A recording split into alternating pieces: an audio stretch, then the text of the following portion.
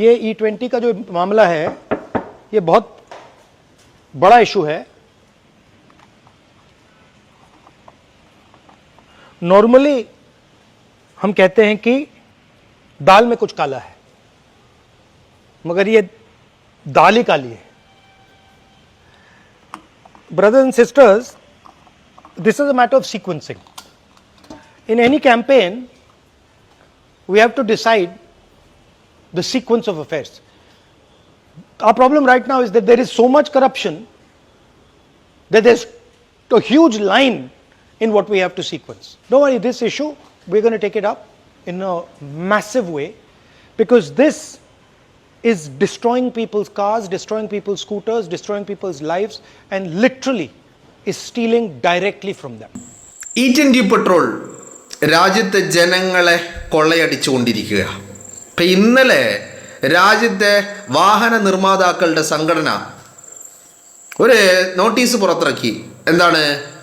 E20 petrol രാജ്യത്തെ വാഹനങ്ങളിൽ വലിയ രീതിയിലുള്ള ഡാമേജുകൾ ഉണ്ടാക്കുന്നുണ്ട്, അതിന് കമ്പനികൾ ആരും ഉത്തരവാദികളല്ല എന്ന് പറഞ്ഞുകൊണ്ട്.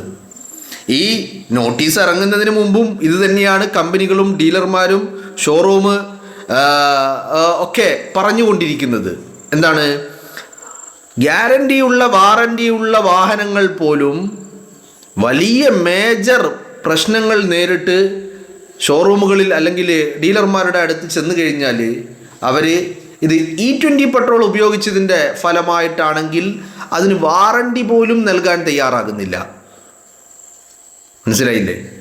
ഇത് രാജ്യത്ത് തുടർന്നുകൊണ്ടിരിക്കുകയാണ്. അങ്ങനെ ഒരു ഘട്ടത്തിലാണ് ഇങ്ങനെ ഒരു നോട്ടീസ് ഇറക്കിയത്. നോട്ടീസ് ഇറക്കി മണിക്കൂറുകൾക്കകം അത് പിൻവലിക്കുകയും ചെയ്തു. കാരണം എന്താ? നിലനിൽക്കണമെങ്കിൽ ആ നോട്ടീസ് പിൻവലിച്ചേ മതിയാകൂ, ഇല്ലെങ്കിൽ അത് നിലനിൽപ്പിനെ തന്നെ ബാധിക്കൂ. മനസ്സിലായില്ലേ? കാരണം കളിക്കുന്നത് കേന്ദ്ര ഗവൺമെൻറ്റിനോടാ. കേന്ദ്ര ഗവൺമെൻറ്റിന് ഏറ്റവും അധികം താല്പര്യം അവരിൽ നിന്നാണ്. മനസ്സിലായില്ലേ? അപ്പോൾ കഴിഞ്ഞ ദിവസം അരവിന്ദ് കെജ്രിവാളിൻ്റെ ഒരു ഒരു ഒരു പ്രതികരണം വന്നിട്ടുണ്ടായിരുന്നു. എന്താണത്? ഈ എത്തനോൾ ഇപ്പോൾ അമേരിക്കയിൽ നിന്ന് ഇറക്കുമതി ചെയ്യാൻ പോവുക. കാരണം എന്താ? E80 എന്ന് പറഞ്ഞാൽ ഇപ്പോൾ നിലവിലുള്ളത് 20% പെട്രോൾ എത്തനോളും 80% പെട്രോളും ബ്ലെൻഡ് ചെയ്ത ഒരു മിക്സാണ് നമ്മളിപ്പോൾ ഉപയോഗിച്ചു കൊണ്ടിരിക്കുന്നത്, അല്ലേ? 20% എത്തനോൾ, 80% പെട്രോൾ. ഇനി അതിനെ 25, 30, 35, 40, 45 എന്ന് പറഞ്ഞ് E80 എന്ന് പറഞ്ഞ ഘട്ടത്തിലേക്ക് എത്തിക്കണമെന്നുള്ളതാണ് നിതിൻ ഗഡ്കരിയുടെ ലക്ഷ്യമെന്ന് പറയുന്നത്. അതിന് വേണ്ടിയിട്ട് അമേരിക്കയിൽ നിന്ന് ഇപ്പം നിലവിൽ നിതിൻ ഗഡ്കരിയുടെ മകൻ്റെ എത്തനോൾ പ്ലാന്റിൽ നിന്ന് അത്രമാത്രം എത്തനോൾ ഉൽപ്പാദിപ്പിക്കപ്പെടുന്നില്ല. അതുകൊണ്ട് തന്നെ അമേരിക്കയിൽ നിന്ന് എത്തനോൾ ഇറക്കുമതി ചെയ്യുകയാണ്. ടൺ കണക്കിന് എത്തനോളുകൾ അമേരിക്കയിൽ നിന്ന് ലിറ്റർ കണക്കിന് എത്തനോളുകൾ അമേരിക്കയിൽ നിന്ന് ഇറക്കുമതി ചെയ്യാനുള്ള ഒരു കരാറിലേക്ക് എത്താൻ പോവുകയാണ്. അപ്പോൾ ഈ അമേരിക്കയിൽ നോക്കൂ നിങ്ങൾ, അമേരിക്കയിൽ ഏറ്റവും കൂടുതൽ അമേരിക്കയിൽ ഉൽപ്പാദിപ്പിച്ച് അമേരിക്കയിൽ ഈ എത്തനോൾ ഇത്രമാത്രം ഉപയോഗിക്കുന്നുണ്ടോ? ഏത് പെട്രോളിൽ ബ്ലെൻഡ് ചെയ്യുന്നുണ്ടോ? ഇല്ല എന്നുള്ളതാണ്. അവിടെ 10% താഴെയാണ് അവിടെ മിക്സ് ചെയ്യുന്നത്. എന്നാൽ നമ്മുടെ രാജ്യത്തേക്ക് എത്തുമ്പോൾ അത് 20% അവിടെയും നിൽക്കില്ല. അത് നിലവിൽ സാർവത്രികമാക്കിയത് 20 ആണെങ്കിൽ ഇനി വരും ദിവസങ്ങളിൽ 2030 അത് E80 എത്തിക്കണമെന്നുള്ളതാണ്. അതാണ് രാഹുൽ ഗാന്ധി പറയുന്നത്. ഇത് അബ്സല്യൂട്ട്ലി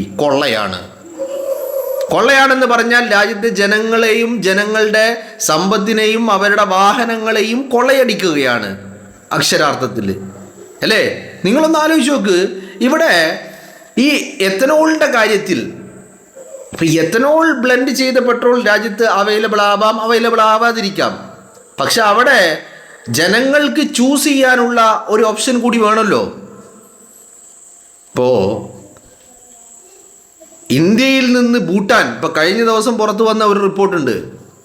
ഇന്ത്യയിൽ നിന്ന് പെട്രോൾ വാങ്ങുന്ന ഭൂട്ടാൻ, ആ ഭൂട്ടാനിൽ എത്തനോൾ ബ്ലെൻഡഡ് പെട്രോൾ അല്ല വിതരണം ചെയ്യുന്നത്, പ്യുവർ ഫോം ഓഫ് പെട്രോളാണ് അവിടെ എന്താക്കുന്നത്, വിതരണം ചെയ്യുന്നത്. എന്നിട്ടും ഇന്ത്യയിൽ നിന്ന് പെട്രോൾ വാങ്ങി അവർ ഭൂട്ടാനിൽ ജനങ്ങൾക്ക് വിതരണം ചെയ്തിട്ടും 10 മുതൽ 15 രൂപ വരെ കുറവാണ് പെട്രോളിന്. അതും അവിടെ 110-നും 125-നും ഇടയിലാണ് ഭൂട്ടാനിലെ പെട്രോൾ വില എന്ന് പറയുന്നത്. അതും E20 പെട്രോൾ അല്ല കേട്ടോ, XP100 എന്ന് പറയുന്ന പ്യുവർ ഫോം ഓഫ് പെട്രോൾ, അതാണ് ഭൂട്ടാൻ വിൽക്കുന്നത്. നിങ്ങൾ ആലോചിക്കണം, ഭൂട്ടാനിൽ എണ്ണപ്പാടമില്ല. ഭൂട്ടാൻ എണ്ണ ഇറക്കുമതി ചെയ്യുന്നത് ഇന്ത്യയിൽ നിന്നാണ്. ഇന്ത്യയിൽ നിന്ന് എണ്ണ വാങ്ങിയിട്ട് Bhutan pure form of XP100 എന്ന് പറയുന്ന ഈ E20 എത്തനോൾ മിക്സ് ചെയ്യാത്ത, ബ്ലെൻഡ് ചെയ്യാത്ത പെട്രോൾ വിതരണം ചെയ്യുന്നത് തന്നെ ഇന്ത്യയിൽ E20 പെട്രോൾ വിതരണം ചെയ്യുന്നതിനേക്കാൾ എത്രയോ കുറഞ്ഞ വിലയിലാണ്. അപ്പോൾ അവിടെയാണ് നിങ്ങൾ ആലോചിക്കേണ്ടത്. ഇപ്പോൾ ഇതൊക്കെ വലിയ രീതിയിൽ പലരുടെയും ഭരണസിരാകേന്ദ്രങ്ങളിൽ ഇരിക്കുന്ന ആളുകളുടെ താല്പര്യമാണ് എന്നതിൻ്റെ ഏറ്റവും വലിയ തെളിവാണിത്. ഭരണ സ്ഥിരാകേന്ദ്രങ്ങളിൽ ഇരിക്കുന്ന ആളുകളുടെ ഏറ്റവും വലിയ താല്പര്യമാണ് ഇത്. കാരണം ഇപ്പം അമേരിക്കയിൽ നിന്ന് പെട്രോൾ വാങ്ങാൻ പോകുന്നു എന്ന് പറയുന്ന ആ റിപ്പോർട്ട് തന്നെ, അതിൻ്റെ അടിസ്ഥാനം എന്താ? ഈ പറയുന്ന ആളുകൾക്ക് അമേരിക്കയുമായി ഉണ്ടാക്കിയ ചില താല്പര്യങ്ങൾ, ആ താല്പര്യങ്ങൾക്ക് വേണ്ടിയിട്ടാണ്. അപ്പം ഇന്ന് പുറത്തു വരുന്നൊരു കാര്യമുണ്ട്, 2000 രൂപയ്ക്ക് മുകളിൽ UPI ട്രാൻസാക്ഷൻ, അത് ബിസിനസ് ട്രാൻസാക്ഷനുകൾക്ക് ഉപയോഗിക്കുന്ന 2000 രൂപയ്ക്ക് മുകളിൽ UPI ട്രാൻസാക്ഷൻ നടത്തിയാൽ, ഏത് 2 വ്യക്തികൾ തമ്മിലല്ല, ഈ പറയുന്ന വാണിജ്യ മേഖലകളിൽ അത്തരം ട്രാൻസാക്ഷനുകൾ നടത്തിയാൽ അതിന് ഫീസ് ചാർജ് ചെയ്യപ്പെടാൻ പോകുന്നു എന്നുള്ളതാണ്. ഇതും അമേരിക്കയുടെ ആവശ്യമാണത്രേ. എന്ന് പറഞ്ഞാൽ ഇന്ത്യയിൽ എത്തനോൾ ബ്ലെൻഡ് ചെയ്ത പെട്രോൾ വിൽക്കുന്നതും അമേരിക്കയുടെ ആവശ്യം, ഇന്ത്യയിൽ UPI ട്രാൻസാക്ഷനുകൾക്ക് ഫീസ് ഈടാക്കുക എന്ന് പറയുന്നതും അമേരിക്കയുടെ ആവശ്യം. എന്ന് പറഞ്ഞാൽ രാജ്യം ഭരിക്കുന്നത് അമേരിക്കയാണ് എന്നുള്ളതാണ്. സ്വാഭാവികമായിട്ട് അത് അങ്ങനെ വരുള്ളൂ. കാരണം സവർക്കർ ബ്രിട്ടീഷുകാരൻ്റെ കാലാണ് നക്കിയതെങ്കിൽ ഇന്നിൻ്റെ ഭരണാധികാരികൾ അമേരിക്കയുടെ കാല് നക്കുന്നു എന്നുള്ളത് വളരെ കൃത്യമല്ലേ? വളരെ കൃത്യമാണല്ലോ. ആ പാരമ്പര്യം കാത്തു സൂക്ഷിക്കുന്നുണ്ട്, വളരെ കൃത്യമായിട്ട്. അതിൽ ഒരു കുറവും വരുത്തുന്നില്ല. അപ്പം ഇതിലെന്താ ലാഭം? ഈ പറയുന്ന ആളുകളുടെ, രാജ്യത്തെ ഭരണാധികാരികൾക്ക് അവരുടെ പോക്കറ്റും അവരുടെ താല്പര്യങ്ങളും സംരക്ഷിക്കാൻ ഇതിൽ പരം മറ്റു കാര്യങ്ങൾ വേണ്ട എന്നുള്ളതാണ്. ഇനി ഇതോടൊപ്പം കൂട്ടി വായിക്കേണ്ട മറ്റൊരു റിപ്പോർട്ട് കൂടി ഇന്നലെ പുറത്തേക്ക് വരുന്നുണ്ട്. ആ റിപ്പോർട്ട് എന്ന് പറയുന്നത് വേൾഡ് ബാങ്കിൻ്റെ ഒരു റിപ്പോർട്ടാണ്. വേൾഡ് ബാങ്കിൻ്റെ റിപ്പോർട്ടുകൾ, ഏറ്റവും ലേറ്റസ്റ്റ് റിപ്പോർട്ട് പ്രകാരം ഇന്ത്യയുടെ വായ്പാ കുടിശ്ശിക എന്ന് പറയുന്നത് 39.3 ബില്യൺ ഡോളർ,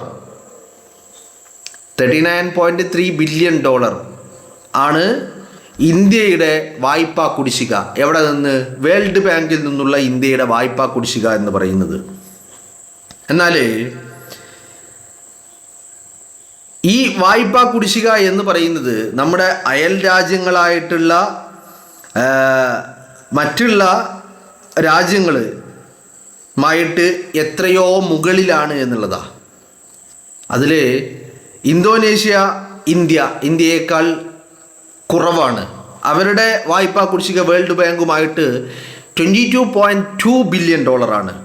ഇനി അതിനും താഴെയുള്ള ആളുണ്ട്, നമ്മുടെ തൊട്ടയൽ രാജ്യം, ഒരു കാലത്ത് നമ്മുടെ രാജ്യത്തോടൊപ്പം ചേർന്ന് നിന്ന രാജ്യം പാകിസ്ഥാൻ്റെ വേൾഡ് ബാങ്കിൽ നിന്നുള്ള വായ്പാ കുടിശ്ശിക എന്ന് പറയുന്നത് 20 ബില്യൺ ഡോളറാണ്.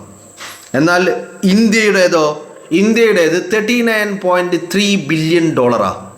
ഈ വേൾഡ് ബാങ്കിൽ നിന്ന് ഇന്ത്യ കടമെടുത്ത് പണമെടുത്ത് ചെയ്യുന്ന പ്രവർത്തികൾ എന്താണ്? നമ്മുടെ നാട്ടിലെ ഇൻഫ്രാസ്ട്രക്ചർ ഡെവലപ്മെൻ്റ് ആണ്. എന്ന് പറഞ്ഞാൽ റോഡുകൾ, പാലങ്ങൾ, ഇൻഫ്രാസ്ട്രക്ചർ മേഖല, അതുപോലെ ആരോഗ്യ മേഖല, ക്ഷേമ പദ്ധതി മേഖല, ഇതൊക്കെയാണ്. ദാരിദ്ര്യ നിർമ്മാർജ്ജനം, ഈ പോലെയുള്ള മേഖലകളിലാണ് ഈ പണമെടുത്ത് ഉപയോഗിക്കുന്നത്. അപ്പം ഞാനിങ്ങനെ ആലോചിക്കുന്നത്, ഇപ്പോൾ GDP-യിൽ 4-ാം സ്ഥാനത്ത്, GDP-യിൽ 4-ാം സ്ഥാനത്ത്, GDP-യിൽ 4-ാം സ്ഥാനത്ത് എന്ന് സംഘ് പരിവാർ തൊട്ടതിനും പിടിച്ചതിനുമൊക്കെ എന്ത് ചോദ്യം ചോദിച്ചാലും പറയുന്ന ഒരു മറുപടിയാണ് GDP-യിൽ 4-ാം സ്ഥാനത്ത് എന്ന്. GDP-യിൽ 4-ാം സ്ഥാനത്തുള്ള രാജ്യം റോഡുണ്ടാക്കാൻ, പാലമുണ്ടാക്കാൻ, ആരോഗ്യ മേഖലയ്ക്ക്, ദാരിദ്ര്യ നിർമ്മാർജ്ജനത്തിന്, ക്ഷേമ പ്രവർത്തനങ്ങൾക്ക് ലോക ബാങ്കിൽ നിന്ന് കടമെടുക്കേണ്ട ഗതികേടിലാണുള്ളത്. ഇപ്പം ഇന്നലെ വന്ന മറ്റൊരു റിപ്പോർട്ട് കൂടിയുണ്ട്. രാത്രിക്ക് രാത്രി LICയുടെ 31,000 കോടി രൂപയുടെ ഓഹരികൾ വിറ്റഴിച്ചു എന്നുള്ളത്. രാത്രിക്ക് രാത്രി. അപ്പൊ ഇതൊക്കെ നടന്നുകൊണ്ടിരിക്കുകയാണ്. അവിടെയാണ് ഈ പറയുന്ന E20യെ E25-ഉം 27-ഉം 30-യും 35-ലേക്കും ഒക്കെ എത്തിക്കാനുള്ള വളരെ തിരക്കിട്ട പണികൾ ഒരു ഭാഗത്ത് എടുത്തുകൊണ്ടിരിക്കുന്നത്. ഇവിടെ മറ്റൊരു കാര്യം കൂടി ഉണ്ട് കേട്ടോ. ഈ വേൾഡ് ബാങ്കിൽ നിന്ന് കടമെടുത്ത് ഈ രാജ്യത്തെ ആരോഗ്യ മേഖലയിലേക്ക് ഇൻവെസ്റ്റ് ചെയ്യുന്നു എന്നാണ് പറയുന്നത്. ഇൻഫ്രാസ്ട്രക്ചർ മേഖലയിലേക്ക് ഇൻവെസ്റ്റ് ചെയ്യുന്നു എന്നാണ് പറയുന്നത്. ഈ രണ്ട് മേഖലയും രാജ്യത്ത് തകർന്ന് തരിപ്പണമായ മേഖലയാണ് ഈ രണ്ട് മേഖലയും എന്ന് പറയുന്നത്. ഇപ്പം കഴിഞ്ഞ ദിവസം പോലും ഉദ്ഘാടനം ചെയ്യപ്പെട്ട പല റോഡുകളും തകർന്ന് തരിപ്പണമാകുക മണിക്കൂറുകൾക്കുള്ളിൽ. ഈ കഴിഞ്ഞ ദിവസം പോലും ഉദ്ഘാടനം ചെയ്യപ്പെട്ട റോഡുകളുടെ ദൃശ്യങ്ങൾ നിങ്ങൾ സോഷ്യൽ മീഡിയയിൽ കാണുന്നുണ്ടാകും. മണിക്കൂറുകൾക്കുള്ളിലാണ് തകർന്ന് തരിപ്പണമാകുന്നത്. UP-യിൽ ഫാന് വെച്ച് ഉണക്കുന്ന ദൃശ്യങ്ങൾ നിങ്ങൾ കാണുന്നുണ്ട്. അപ്പോൾ ഇൻഫ്രാസ്ട്രക്ചർ മേഖലയിൽ ഇതിൽ ഇൻവെസ്റ്റ് ചെയ്യുന്നു എന്ന് പറയുമ്പോൾ തന്നെ ഏറ്റവും അധികം കൊള്ളയടിക്കപ്പെട്ടുകൊണ്ടിരിക്കുന്ന മേഖല എന്ന് പറയുന്നത് ഇൻഫ്രാസ്ട്രക്ചർ മേഖലയാണ്, ആരോഗ്യ മേഖലയാണ്. അപ്പൊ ഇതൊക്കെ ഒരു ഭാഗത്ത് നടക്കുമ്പോൾ രാജ്യത്തെ ജനങ്ങളെ E20യിലൂടെയും കൊള്ളയടിക്കപ്പെട്ടുകൊണ്ടിരിക്കുന്നു. ഇപ്പം E20 പോരാ എന്നുള്ളതാണ് വാദം. ഇപ്പം ഏറ്റവും ഒടുവിൽ മൈലേജ് കുറയില്ല എന്ന് പറഞ്ഞിടത്ത് നിന്ന് മൈലേജ് കുറയും എന്നിടത്തേക്ക് എത്തിയിട്ടുണ്ട്. എന്നാൽ മൈലേജ് കുറയും എന്ന് പറഞ്ഞാൽ മൈലേജ് 50% മുകളിലാണ് കുറയുന്നത്. അനുഭവസ്ഥർ അത് വിവരിക്കുകയും ചെയ്യുന്നു. നിങ്ങൾ സോഷ്യൽ മീഡിയയിൽ അന്വേഷിച്ച് നോക്കിയാൽ വളരെ കൃത്യമായിട്ട് ഈ ഓട്ടോമൊബൈൽ മേഖലയിലുള്ള ആളുകൾ ഇതിനെക്കുറിച്ചുള്ള വ്യക്തമായ തെളിവുകൾ സഹിതം അവർ ഈ കാര്യങ്ങൾ വിവരിക്കുന്നുമുണ്ട്.